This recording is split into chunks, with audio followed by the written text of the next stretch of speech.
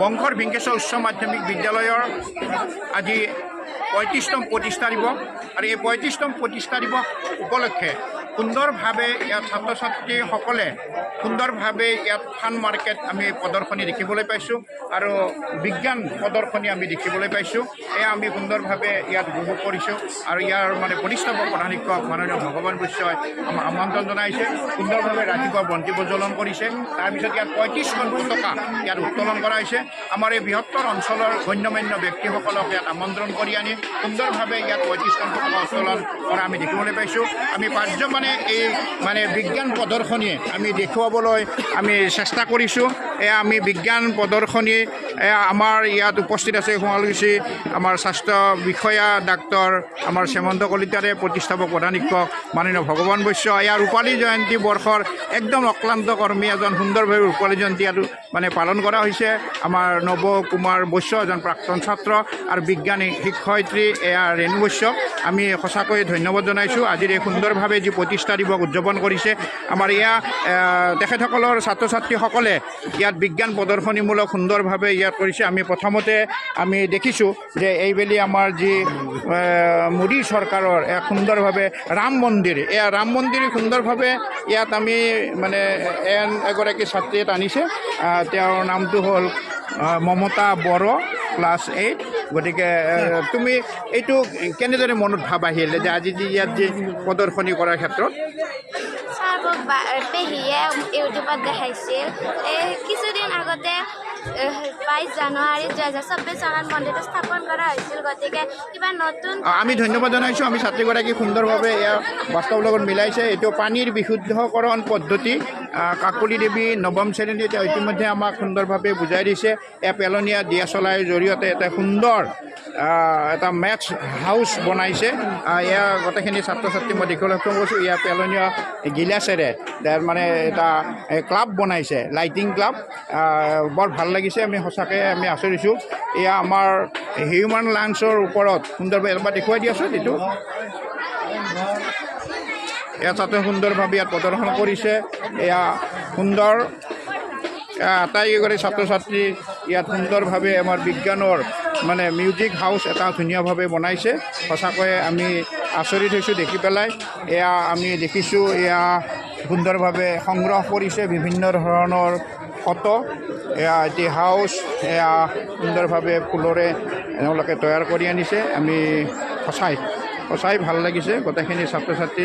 এয়া ফুলৰে সুন্দৰভাৱে মালা ইয়াত আমি দেখিবলৈ পাইছোঁ ধুনীয়াভাৱে। এয়া ধুনীয়া, বৰ দেখিবলৈ বৰ সুন্দৰ হৈছে। গতিকে বিজ্ঞানৰ ক্ষেত্ৰত এইটো বৰষুণৰ পানী সংগ্ৰহ প্ৰকল্প নৱম শ্ৰেণীৰ বাবে বিজ্ঞানৰ এক প্ৰকল্প। ভাস্বতী দাস, পৰিস্মিতা বৈশ্য আৰু পেলনীয়া বস্তুৰে খ্ৰীষ্টমাছ হাউচ আৰু ভাস্বতী দাস, পৰিস্মিতা বৈশ্য দুয়োগৰাকী ছাত্ৰীয়ে সুন্দৰভাৱে ইয়াত উপস্থাপন কৰা আমি দেখিবলৈ পাইছোঁ। সুন্দৰ বৃষ্টি বৈশ্য আৰু অৰ্পিতা বৰ ধুনীয়াভাৱে ইয়াত এইটো কি বনাইছা এইটো তোমালোকে? ইগলো বঢ়িয়া সুন্দৰ। আমি আকৌ দেখুৱাৰ কাৰণে চেষ্টা কৰিছোঁ। এয়া সুন্দৰভাৱে ভিংকেশ্বৰ হাইস্কুলৰ এইটো কি বনাইছে তোমালোকে? এইটো বৰ্তমান বিদ্যালয়খনৰ যি আমাৰ চৰকাৰে যি এটা আদৰ্শ বিদ্যালয়ৰ ফালে ধাৱমান কৰিছে, এটা সুন্দৰ আৰ্হি ইতিমধ্যে আমাৰ ইয়াত বনাই আছে।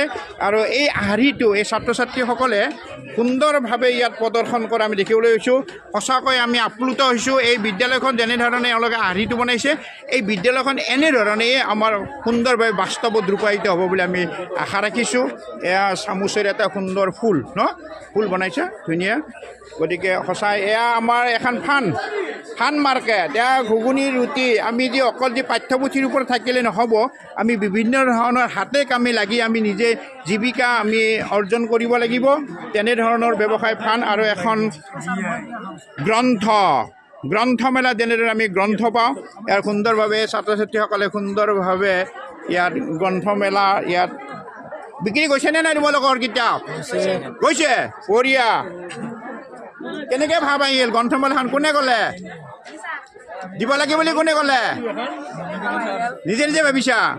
সুন্দৰ বৰ বঢ়িয়া। এয়া গ্ৰন্থমেলা মহৎ লোকৰ বাণী, জাতিৰ জনক মহাত্মা গান্ধী সুন্দৰভাৱে ইয়াত কিতাপ তেওঁলোকে সাধাৰণ জ্ঞান আৰু ইতিমধ্যে ৰূপালী জয়ন্তী বৰ্ষৰ স্মৃতি গ্ৰন্থখনো ইয়াত আমি তেখেতসকলে ইয়াত উলিয়াইছে আমি সঁচাকৈ আচৰিত হৈছোঁ বৰ সুন্দৰভাৱে এয়া ফান মাৰ্কেট এয়া পিঠা বিক্ৰী কৰে নে নাই পিঠা কিনিছেনে নে কোনোবা কিনিছে কিমান দাম এটাত 10 টকা বঢ়িয়া আমাৰ ৰাইজক আমি কৈছোঁ সকলোৱে ইয়াত পিঠা কিনক পিঠা খাওক এয়া আমি দেখিছোঁ ইয়াৰ সুন্দৰভাৱে ফান মাৰ্কেট ফান মাৰ্কেটত ধুনীয়া তেলেৰে পিঠা বনাইছে কণী উহাইছে অকল পাঠ্যপুথিৰ ওপৰতে পঢ়ি থাকিলে নহ'ব আমি বিভিন্ন ধৰণৰ এতিয়াৰ পৰা আমি ইয়াৰ দ্বাৰা ব্যৱসায়ী লাইনত আমি আহিব পাৰোঁ নিজে স্বনিৰ্ভৰশীল হ'ব পাৰোঁ তাৰ ক্ষেত্ৰত আমাৰ ছাত্ৰ ছাত্ৰীক সুন্দৰভাৱে ইয়াত প্ৰদৰ্শন কৰে এয়া মিঠাইৰ দোকান আমি দুৰ্গা পূজা আহিলে আমি ভাবোঁ জিলাপি ন জিলাপি কি দাম এখনত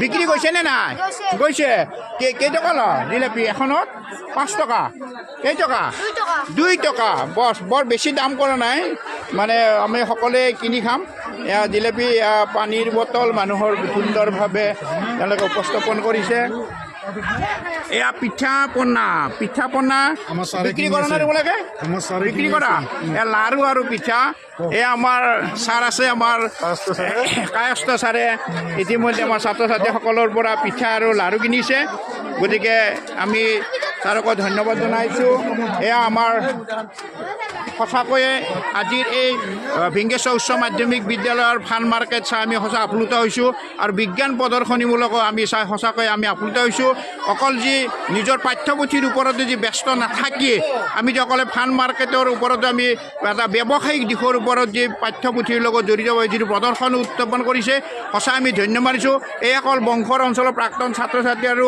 আমাৰ বংশ অঞ্চলৰ গুণী মানী ব্যক্তিসকল এখেতসকলৰ উদ্যোগতে আজিৰ এই